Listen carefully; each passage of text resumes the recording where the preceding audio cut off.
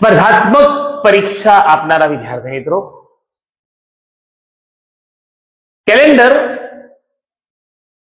નામ સાંભળતા જ આપણને ખ્યાલ આવી જાય કે કોઈ પણ લેવલની સ્પર્ધાત્મક પરીક્ષા હોય અને કોઈ ફરજિયાત પ્રશ્નો પૂછાતા હોય તો એક સબ્જેક્ટ છે કેલેન્ડર.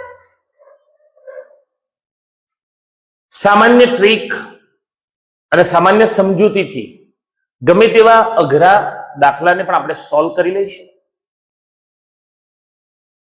અને દરેક રીત, દરેક દાખલો દરેકને સમજાય એવો આપણો ચેનલ વતી પ્રયત્ન રહેશે. શું છે કેલેન્ડરના અભ્યાસમાં મિત્રો? તો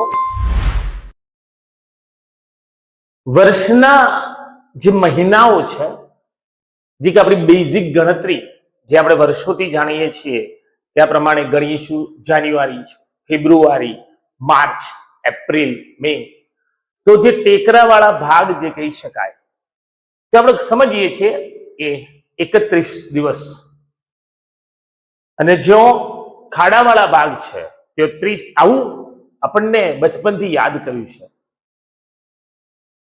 ફેબ્રુઆરી માસ એક એવો મહિનો કે દર વર્ષે એના દિવસો સમાન હોય એવું જરૂરી નથી. એક દર 4 વર્ષે એના દિવસોની અંદર ફેરફાર. પ્રથમ એક વાત કહીએ તો એક સામાન્ય વર્ષ ની અંદર 365 દિવસ હોય છે. સામાન્ય વર્ષનો મતલબ એવો છે મિત્રો કે લીપ વર્ષ ન હોય એવું વર્ષ. અને લીપ વર્ષ તો દર 4 વર્ષે આવે, એટલે કે 3 વર્ષ દરમિયાન ફેબ્રુઆરી માસના 28 દિવસ હોય. લીપ વર્ષ ની અંદર 366 દિવસ હોય છે. એનું કારણ કે ફેબ્રુઆરી માસની અંદર લીપ વર્ષની અંદર 29 દિવસોનો સમાવેશ થતો હોવાથી કુલ 366 દિવસ. જો મંથ વાઇઝ કહીએ તો જાન્યુઆરી, ફેબ્રુઆરી, માર્ચ, એપ્રિલ, મે, એ પ્રમાણે જૂન, જુલાઈ, ઓગસ્ટ, સપ્ટેમ્બર, ઓક્ટોબર, નવેમ્બર અને છેલ્લે ડિસેમ્બર. દિવસોની જો સમજૂતી હોય તો આ જરૂરી એ માટે છે કે બેઝિક આ સમજૂતી દ્વારા જ આપણે દાખલાઓ તરફ આગળ વધીશું. જે કહ્યું પ્રમાણે જાન્યુઆરી તો 31, ફેબ્રુઆરી 28 કે 29, માર્ચ 31, એપ્રિલ, એ પ્રમાણે ક્રમશઃ.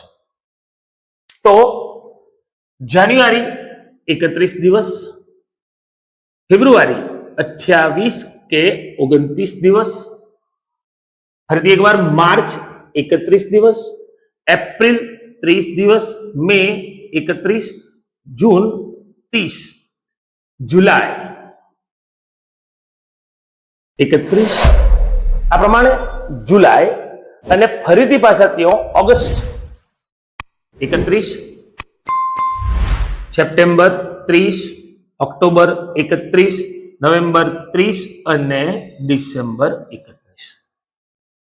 આ પ્રમાણે ટોટલ જોઈએ તો સામાન્ય વર્ષની વાત કરીએ તો સામાન્ય વર્ષમાં આ પ્રમાણે 28 દિવસનો તમે ટોટલ લેશો તો 365, અને લીપ વર્ષમાં 366. એ પ્રમાણે આપણને દિવસો મળે છે. આ થઈ દિવસોની સમજૂતી કે મહિના વાઇઝ કુલ દિવસો કેટલા. ફેબ્રુઆરી છે તો ફેબ્રુઆરીની અંદર 28 કે 29 દિવસ લેવા કેવી રીતે? તો જે પણ વર્ષ આપ્યું છે, વર્ષના અંતિમ 2 અંક ને 4 વડે નિઃશેષ ભાગી શકાય તો તે લીપ વર્ષ છે. કયું વર્ષ લીપ વર્ષ છે એવું જાણવા માટે એ જે વર્ષ છે એ વર્ષના અંતિમ 2 અંકને આપણે 4 વડે ભાગીએ અને શેષ 0 વધે. જોઈએ કયું વર્ષ લીપ વર્ષ છે, કયું વર્ષ નથી. એક એક્ઝામ્પલ લઈએ. ધારો કે 1986 આ લીપ વર્ષ છે કે નહીં, તો એના 2 અંક એટલે કે 86 ને 4 વડે આપણે ભાગીએ. 4 દુ 8, 0 6, ફરીથી 4 એકા 4, 2 વધે છે, શેષ વધતી ન હોય તો એવું આપણે કહ્યું છે ભાગી શકાય, શેષ ન વધતી હોય. અહીંયા શેષ વધે છે માટે આપેલ વર્ષ એ લીપ વર્ષ નથી, લીપ યર નથી. અને એ જો લીપ યર નથી તો એ વર્ષના દિવસો 365 મીન્સ કે ના ફેબ્રુઆરી માસની અંદર માત્ર 28 દિવસ છે. એક એક્ઝામ્પલ બીજું લઈએ તો 2028 શું આ વર્ષ લીપ વર્ષ છે કે નહીં? તો અંતિમ 2 અંક એટલે કે 28 ભાગ્યા 4, 7 ગુણ્યા 4 એટલે 28, 0 0, શેષ વધતી નથી માટે આપેલું વર્ષ એ લીપ વર્ષ છે. આપેલું વર્ષ એ લીપ યર છે. અને જો લીપ યર છે તો એ જો લીપ યર છે તો આપણે કહીશું કે એ વર્ષની અંદર ફેબ્રુઆરી માસના 29 દિવસ હોય. અને ફેબ્રુઆરી માસના જો 29 દિવસ હોય તો આપણે સમજી શકીએ એ વર્ષના કુલ દિવસોની ગણતરી થતી હોય ત્યારે 366 દિવસ કુલ દિવસો આપણે લઈશું. તો શરૂઆતથી આપણે આ ભાગની અંદર બેઝિક જે જરૂરિયાત છે આગળના દાખલા માટે એવો મુખ્ય સમજૂતી આપણે જોઈએ છે, એવો ભાગ આપણે જોયો છે. એક પ્રશ્ન લઈએ. એક કોઈક વર્ષની એક ચોક્કસ તારીખ છે. એક એક્ઝામ્પલ, એક ચોક્કસ તારીખ છે. માનો કે આ વર્ષે મતલબ કે 23 માર્ચ 2026 માનીને આપણે ચાલો એક ઉદાહરણ લઈએ, એક્ઝામ્પલ, કે જો એક કદાચ મંગળવાર છે 23 માર્ચ 2026 એ જો મંગળવાર છે તો નેક્સ્ટ યર એટલે કે આવતા વર્ષે 23 માર્ચ 2027 23 માર્ચ 2026 એક એક્ઝામ્પલ તરીકે માની લઈએ કે આપણે મંગળવાર આવતો હોય તો 23 માર્ચ 2027 એટલે સેમ ડે એક વર્ષ પછી કયો વાર આવશે? આ એક પ્રશ્ન છે. તો એ જે કેલ્ક્યુલેશન છે એ કેલ્ક્યુલેશન ની અંદર જે વર્ષમાં ફેબ્રુઆરી જે માસ આવે છે એ ફેબ્રુઆરી માસ લીપ યર પ્રમાણેનો છે, મતલબ કે એના 29 દિવસો છે. તો અહીંયા 2026-27 ની જે વાત છે તો લીપ યર અથવા લીપ યર્સ નું ફેબ્રુઆરી માસ મો આવતો નથી. પરિણામે આ વર્ષે જે વાર છે એ વારમાં +1 કરીશું એટલે કે મંગળવારની અંદર એક વાર ઉમેરવો છે, એક વાર, અને એક વાર ઉમેરીશું આપણને મળે છે બુધવાર.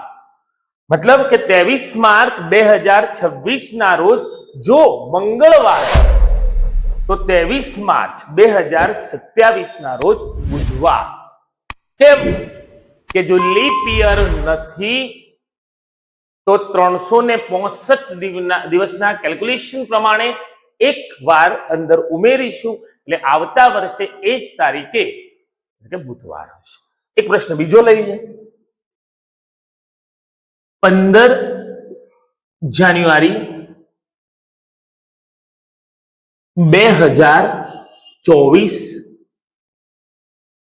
અને 15 જાન્યુઆરી 2025. માની લઈએ કે 15 જાન્યુઆરી 2024 ના રોજ રવિવાર છે. 15 જાન્યુઆરી 2024 ના રોજ માની લઈએ કે રવિવાર છે, તો આવતા વર્ષે એટલે કે 15 જાન્યુઆરી 2025 ના રોજ કયો વાર છે? આપણે સમજીએ કે 2024 નું આ વર્ષ અને 2024 ના વર્ષમાં ફેબ્રુઆરી માસ આવતો હશે. 2024 એટલે 24 ને આપણે 4 વડે નિશેષ ભાગી શકીએ, મતલબ કે 2024 નું વર્ષ એ લીપ યર છે, અને લીપ યર છે એટલે આવતા વર્ષ એ તારીખ જે વારે આવે છે એમાં 2 ઉમેરીશું. મતલબ કે રવિવારની અંદર જો 2 ઉમેરવામાં આવે તો આપણને વાર મળે છે સોમવાર, મંગળવાર. ઇન શોર્ટ, 15 જાન્યુઆરી 2024 ના રોજ જો રવિવાર હોય તો 15 જાન્યુઆરી 2025 ના રોજ મંગળવાર હશે. તો આ ભાગનું એકવાર ફરીથી આપણે પુનરાવર્તન કરીએ તો સામાન્ય વર્ષના કુલ દિવસો 365, લીપ યરના કુલ દિવસો 366, મહિનાઓની ગણતરીમાં સૌપ્રથમ જાન્યુઆરી તો 31 છે, ફેબ્રુઆરી 28 કે 29 છે, માર્ચ 31, એપ્રિલ 30, મે 31, જૂન 30, જુલાઈ 31, August 31, September 30, October 31, November 30, December 31. આમ સામાન્ય વર્ષ જો ટોટલ કરીશું તો 365, લીપ યર ટોટલ કરીશું 366. કયું વર્ષ લીપ યર છે? તો જે આપણને આખું વર્ષ આપ્યું છે એ વર્ષના પાછળના 2 અંકને 4 વડે ભાગીએ અને જો નિશેષ ભાગી શકાય તો એ લીપ વર્ષ છે, અને નિશેષ ન ભાગી શકાય તો એ લીપ વર્ષ. બીજો આપણે પ્રશ્ન લીધો કે કોઈક વર્ષની એક ચોક્કસ મહિનાની તારીખ છે, એ તારીખ પ્રમાણે આવતા વર્ષે એ તારીખ કયા વારે આવશે? જો લીપ વર્ષ ન હોય તો 1 ઉમેરીશું. ધારો કે અહીંયા મંગળવાર હતો, 1 ઉમેરવાથી બુધવાર મળે. અને જો લીપ વર્ષ હોય તો આપણે એ જે વાર આપ્યો છે એમાં 2 ઉમેરીશું, એટલે કે રવિવાર આપ્યો હતો અને આપણને તેવો જવાબ મળે છે મંગળવાર, લીપ વર્ષ હોવાના કારણે. મિત્રો, કેલેન્ડરના આ પ્રથમ ભાગને અહીંયા પૂર્ણ કરીએ અને આશા રાખીએ કે તમે અગાઉના ભાગ જોવા માટે ઉત્સુક હશો અને અગાઉનો ભાગ આ ભાગ કરતો પણ વધારે રોચક અને રસપ્રદ હોય એવી આપણી રજૂઆત રહેશે.